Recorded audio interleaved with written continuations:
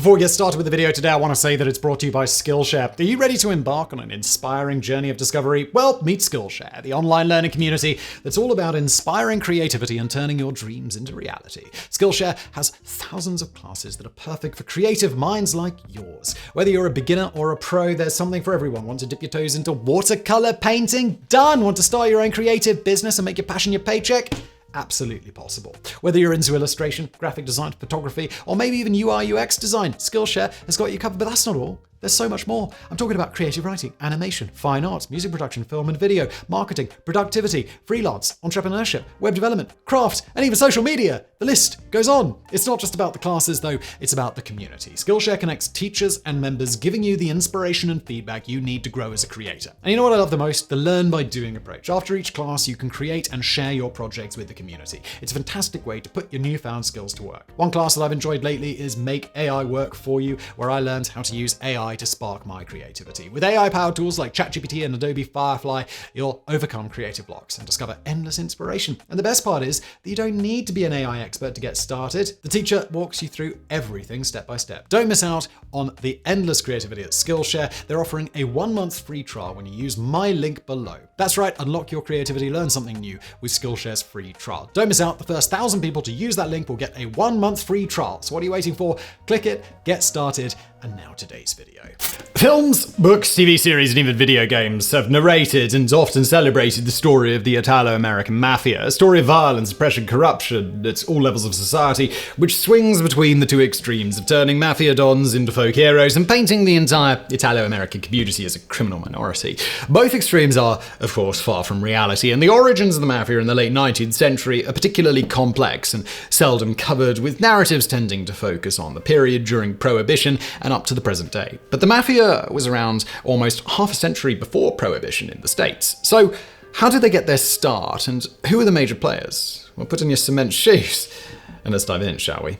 To begin with, any discussion of the Italo-American Mafia first needs to travel back to the old country and revisit the origin story of the two crime syndicates that would shape it, the Mafia and the Camorra. Some interpretations of the Mafia, both the word and the organization, delve into mythical territory, tracing back its origins to obscure secret societies or East Sicilian Vespers, a massacre of French occupiers perpetrated by Sicilians in 1282. But let's focus on the more likely and more recent origin story instead, shall we? In 1861, Sicily became part of the unified Kingdom of Italy, which did not alter much the daily living conditions of most Sicilians in the countryside who were employed as farm labourers by large estate owners. The aristocrats spent little time in their properties, delegating their security to private guards, the campieri. Around this time, some impoverished peasants dropped the plough and picked up their guns, pursuing a life of crime. These newly formed gangs of bandits eventually joined forces with the campieri with a common goal: becoming rich at the expense of their former employers. But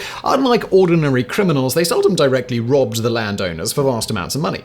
Instead, they first created a problem: the constant threat of violence, kidnapping, or arson against their wealthy targets, their families, and their properties. They then offered a solution: if you pay us a steady amount of money, we will keep you, your family, and your stuff free from harm. In other words, they'd created a good old protection racket. An interesting fact here: the protection money extorted by the Mafia is called piso, or beak in Sicilian. The term comes from the practice of offering a drink in exchange for services being rendered. When you drink, you wet your beak.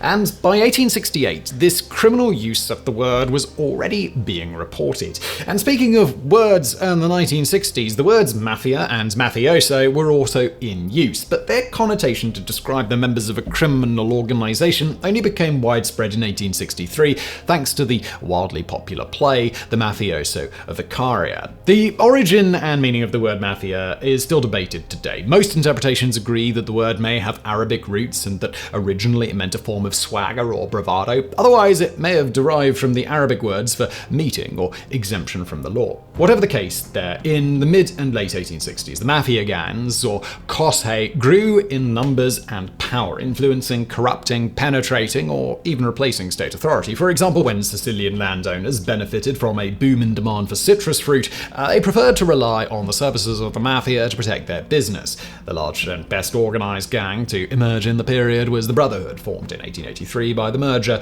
of two previously rival gangs. The Brotherhood formalized some rituals, practices, and structures later common to the Sicilian Mafia as a whole. For example, members were initiated by pricking their fingers and squeezing drops of blood onto a religious image, which would then be burnt. The Brotherhood also imposed a military-like organization to its over 500 members. They were divided into squads of 10 men, called a decina. Each was led by a capo decina, capo meaning boss or head. The capo decinas reported to a smaller number of underbosses. In turn, they were ruled by the capo, the boss, the top dog, always flanked by a trusty advisor, the consigliere. Its 500 brothers in the surrounding towns also devised codes to identify if some random stranger was a member of the Brotherhood or similar Mafia gang. For example, they reportedly initiated a conversation about having a toothache, to which the stranger replied that yes, they had a toothache too. The date in which the ailment had started corresponded to the date of initiation into the criminal outfit. Now, when Italian police forces are considered in opposition to the Mafia, they're often described as being incompetent, impotent, or just downright corrupt. While there was a certain level of corruption at a high level, which we're going to address later, the police were far from hapless. For example, 2 years after the Brotherhood had been founded in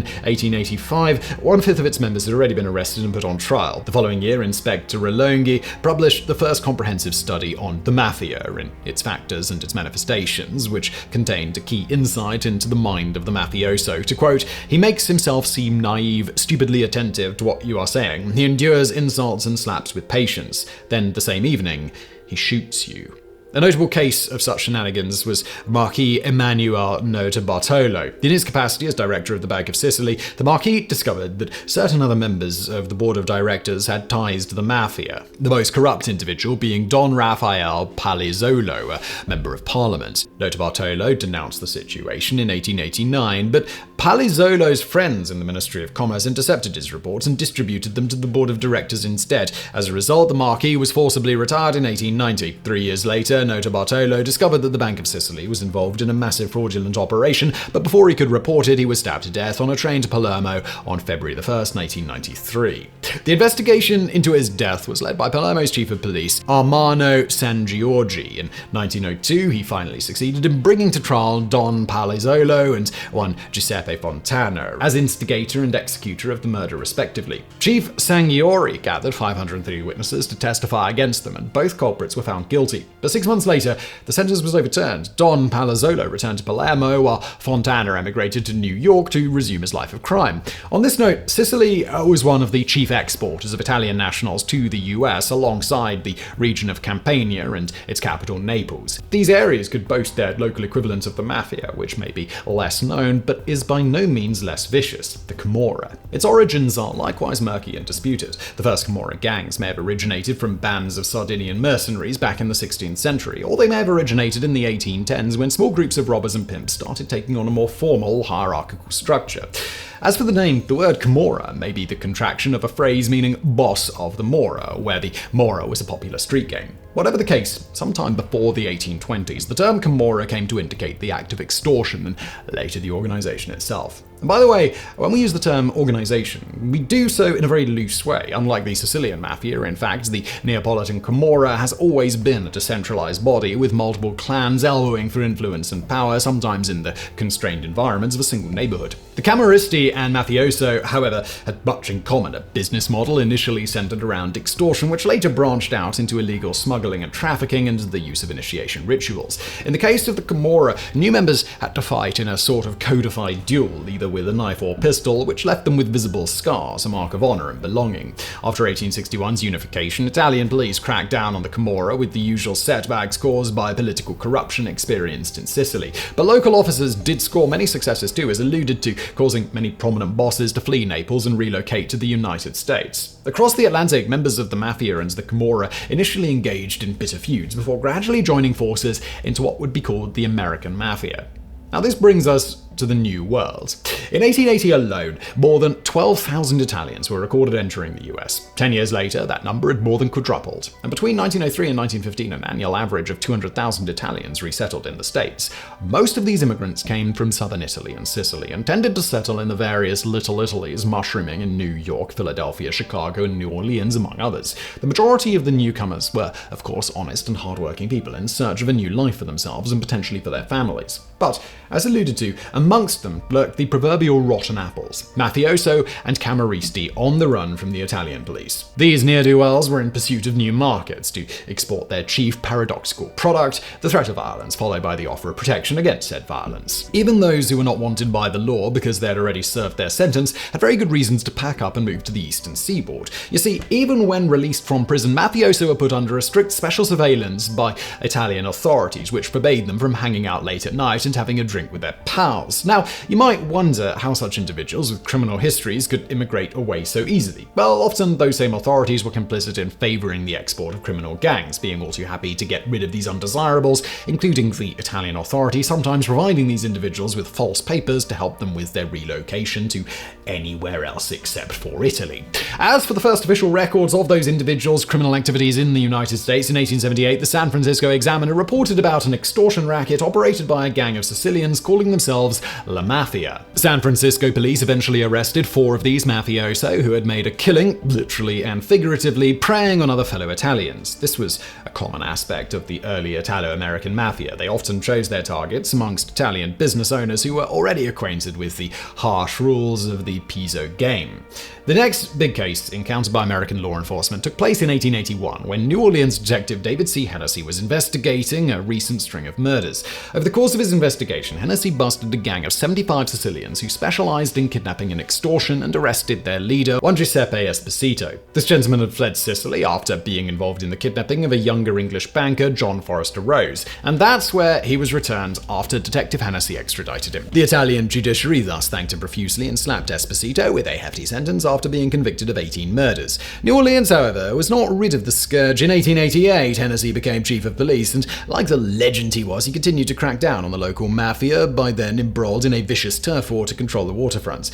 In March of 1891, Hennessy was able to take one of the rival families to trial, the Provenzanos, but the bosses successfully appealed the sentence. Before they could be tried again, Hennessy was killed with a blast from the mafia's signature weapon, a sawn-off shotgun. The aftermath of this caused extreme tension between the US and Italy, including talk of a war between the two nations. To begin with, the police reaction was draconian, leading to the indiscriminate arrest of hundreds of Italian immigrants. The initial roundup resulted in only 19 individuals being indicted, but those were eventually acquitted. This did not sit well with lawyer William S. Parkinson, who incited the citizens of New Orleans into pursuing summary justice, stating, "What protection or assurance of protection is there left for us when the very head of our police department, our chief of police, is assassinated in our very midst by the Mafia Society, and his assassins are turned loose on the community? Will every man here follow me and see the murder of Hennessy avenged? Are there men enough here to set aside the verdict of that infamous jury, every one of whom is a perjurer or a scoundrel?" And so it was that a mob baying for blood stormed the jailhouse where some of the arrested men were still behind bars. They seized 11 of the indicted Italians, dragged them into the streets, and lynched them.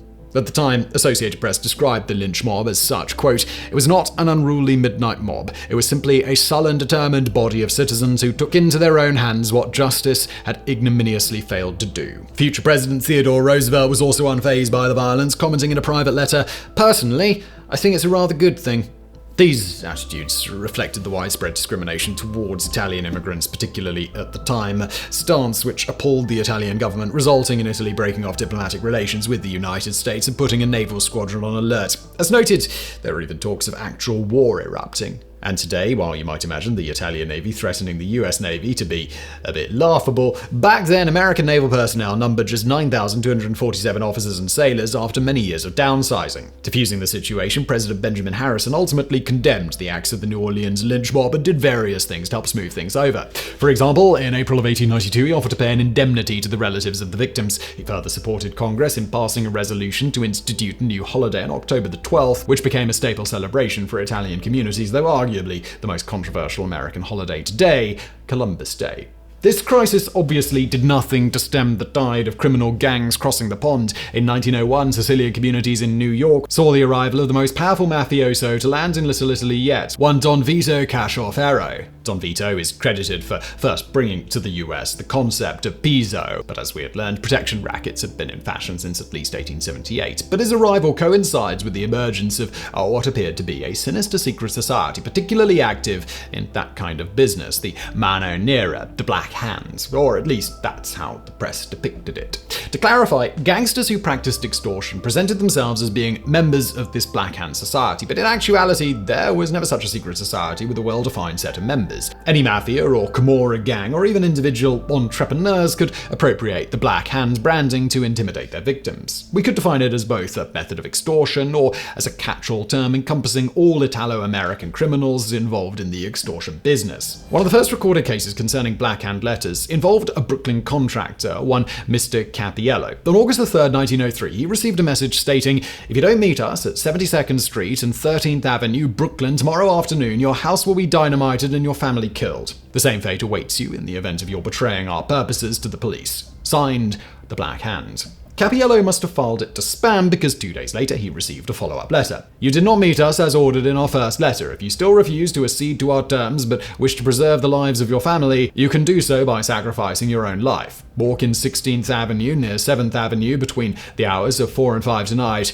Beware, Mano Nera." In the end, Cappiello handed over $4,000 to the extortionists, more than $138,000 in 2023 money. However, when the Black Handers made it clear that their final bill would have amounted to $100,000, almost $3.5 million in 2023 money, Cappiello had had enough and spoke to the police, leading to the conviction of 5 racketeers of Neapolitan origin. But like a game of Whack-A-Don, more Black Hand chapters sprouted in Pittsburgh, Philadelphia, and Chicago. Not every victim was like Cappiello. Many business owners recently arrived did not speak English and generally distrusted authorities. Some preferred to simply pay and stay safe that way. Others decided to arm themselves and take the law into their own hands. Honest Italians in Chicago even founded a self-defense organization in late 1907, the White Hand Society, which garnered support from the Italian ambassador and the Italian Ministry of Foreign Affairs.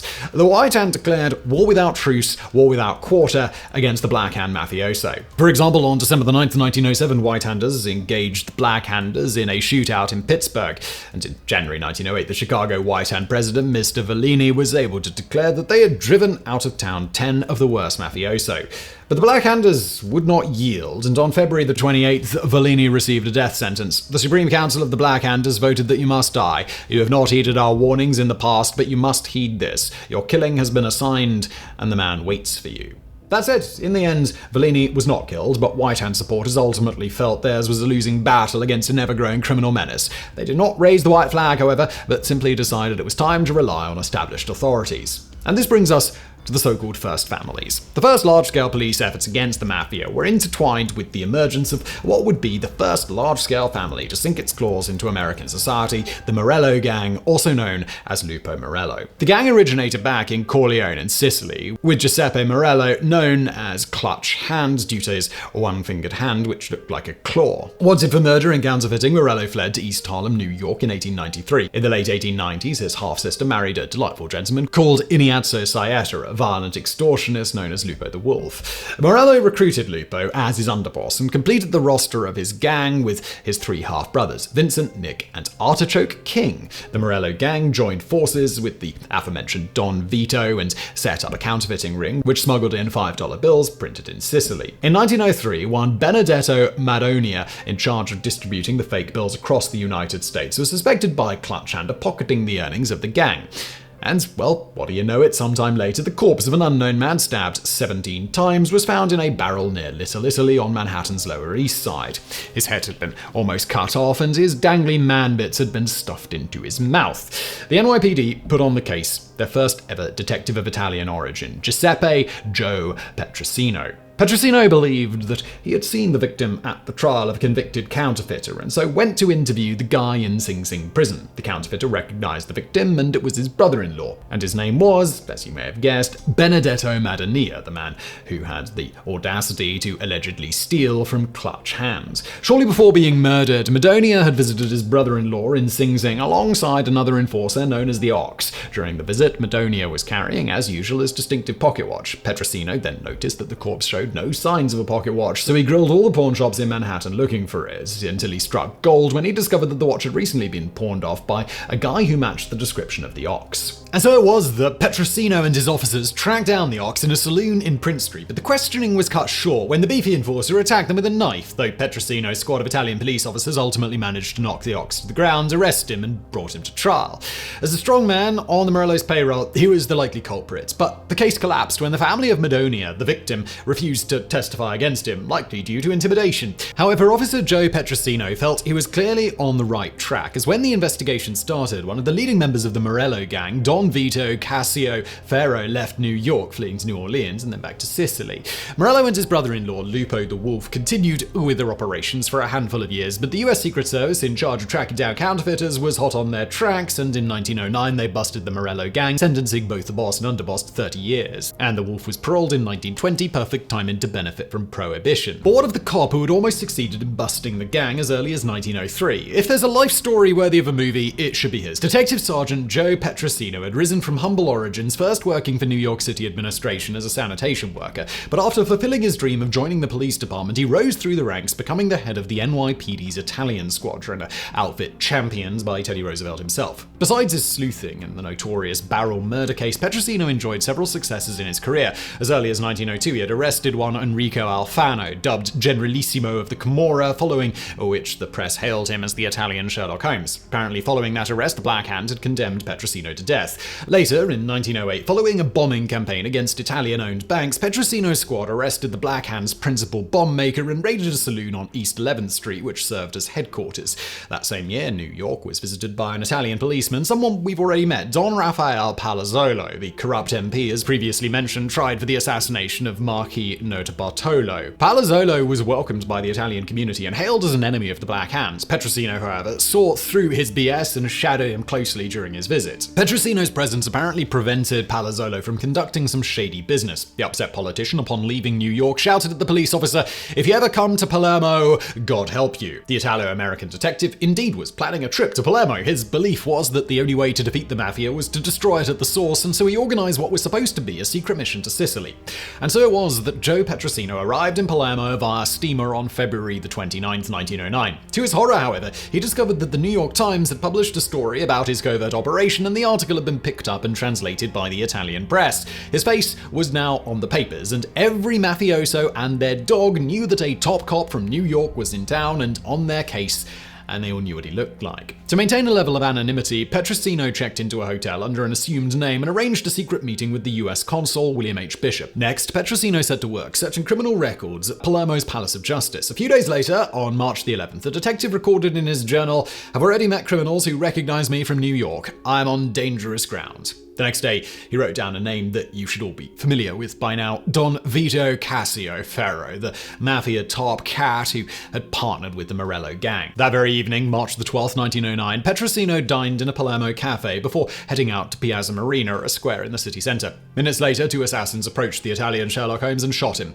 The detective managed to fire back before slumping lifeless to the ground. Petrosino's funeral in New York was attended by some 250,000 people. Meanwhile, the criminals identifying themselves as the Black Hand immediately ramped up their activities, including the man who had organized Petrosino's funeral being shot and killed. Shop owners and merchants also began receiving ominous messages to the tune of "Petrosino is dead, but the Black Hand still lives." Back in Palermo, US Consul Mr. Bishop appeared to be the only one interested in solving Petrosino's murder. He pressured local authorities to look into Don Vito, eventually resulting in his arrest. The Don was a very, very likely suspect, but he had the tightest of alibis. In the evening of the assassination, he had been dining with a member of parliament who vouched for Vito Cassio Ferro's innocence. Regardless of who had pulled the trigger, with Petrosino out of the way, the Morello gang had relatively free reign. Now, you may remember that by 1909, Morello and his underboss, the Wolf, were behind bars. With Don Vito in Sicily, the reins of the family had gone to Morello's half-brothers, Vincent, Nick, and Artichoke King. Under them, the gang continued to thrive, recruiting members who would later become household names of American mafia lore, people like Joe the Boss Masseria, Lucky Luciano, and Prime Minister Costello. The rule of the Morellos over Manhattan, however, was far from uncontested, with gangsters of Neapolitan origin making hundreds of thousands of dollars with their prostitution and gambling rings. By 1912, the King of Little Italy was one such Neapolitan called Giosuè Gallucci. On September the 2nd, Gallucci's bodyguard was shot dead while playing cards, and the police arrested one Gimp Prisco for the deed. The Gimp walked free, but on December the 12th, he in turn was killed by a bullet fired by Gallucci's nephew, John Rossomano. Rossomano successfully argued that he had shot in self-defense and was ultimately released. The endless carousel of vendettas had already started spinning. In February 1913, Rossomano's bodyguard was shot dead, with the likely shooter being a friend of the Gimp Prisco. The man was called Amadeo Buonomo. This man was called Amadeo Buonomo, which ironically in Italian translates to God love a good man. Indeed. Mr. God love a good man was in turn shot dead, supposedly muttering a prediction as his last exhaled breath: "I knew they would get me, but my friends will get them." This feud will go on until all of them are wiped out of existence. So, to recap, this feud was between Gallucci, the King of Little Italy, on one side, and whoever had murdered his bodyguard. The instigators of that killing initially appeared to be the gang of the Del Gordio brothers. Logically enough, one of them was promptly killed by the Gallucci gang, or was he? And here's where it gets complicated. It appears that the entire feud had actually been orchestrated by the Morello gang, who had set the other two families at each other's throats to weaken them. The Mafia war culminated on May the 7th, 1915, when four men burst into a coffee shop and peppered Gallucci and his son with bullets. Both men were dead by the following morning. The gang had been decapitated, the King of Little Italy was dead, and three new rulers were now in line to inherit the realm of gambling and prostitution: Vincent, Nick, and the Artichoke King, regents of the Morello gang. And so it was that the three Morellos were poised to take over Manhattan. Towards this end, their next target was Joe DeMarco, active in East Harlem. DeMarco was first shot in the neck, but he survived the attempt. Sometime later, two men with sawn-off shotguns had another go, but DeMarco, clearly made of Kevlar, somehow survived again. The bullet-resistant boss initially resumed operations in Mulberry Street, Brooklyn, but the Morellos eventually killed both him and his brother. The three regions of the Morello gang were now becoming too big, too dangerous for another large Neapolitan syndicate, the Navy Street gang. And so it was that on September the 7th, 1916, one of the three bosses, Nick, was shot dead while on his way to talks with the Navy Street Camorristi. On October the 5th, the Navy Street struck again, murdering one of the Morello's chief enforcers. But the remaining leaders, Vincent and Artichoke King, did not back down, executing two Navy Street leaders in November of 1916. The final blow to the Navy Street gang was dealt by the police. One of their members, one Ralph the Barber, felt betrayed when his boss refused to help out when he was on the lam. In retaliation, the Barber went to the police and turned informant, turning in many of the Neapolitan leaders. From here, the story of the Mafia becomes a little more well-known and even more widespread. On this note, in the 1920s and 1930s, the Mafia would continue to prosper, propelled by three important factors. First, prohibition, an ill-conceived measure which unlocked a new business model for the mob, making their previous activities seem downright unprofitable. Second, the law enforcement agency, perhaps best equipped to bring the mob to justice, wouldn't. We are, of course, talking about the Department of Justice's Bureau of Investigation, known as the BOI and later the FBI. Its director, J. Edgar Hoover, preferred to focus on bank robbers, murderers, and kidnappers who are not affiliated to organized crime. This was part of his strategy to ensure consistently high conviction rates for criminals arrested by his agents. Hoover knew that Mafia trials too often ended in acquittals due to a lack of witnesses willing to come forward, and thus discouraged his bureau from going after the Mafia, dismissing it as not being a federal priority. And the third factor contributing to the Mafia explosion in the US was the major crackdown on Sicilian Mafia conducted by Italian law enforcement. In May of 1924, Mussolini himself gave full power to lawman Cesare Mori, nicknamed the Iron Prefect, to destroy the Mafia. With a combination of cunning, military-like tactics and heavy-handedness, the Iron Prefect humiliated the Dons, arresting hundreds of mafioso and forced many bosses to flee to the United States, swelling the ranks of the American mob. Unfortunately, as it had been the case in the past, the defeat of the Mafia monster in one location only caused it to emerge stronger somewhere else.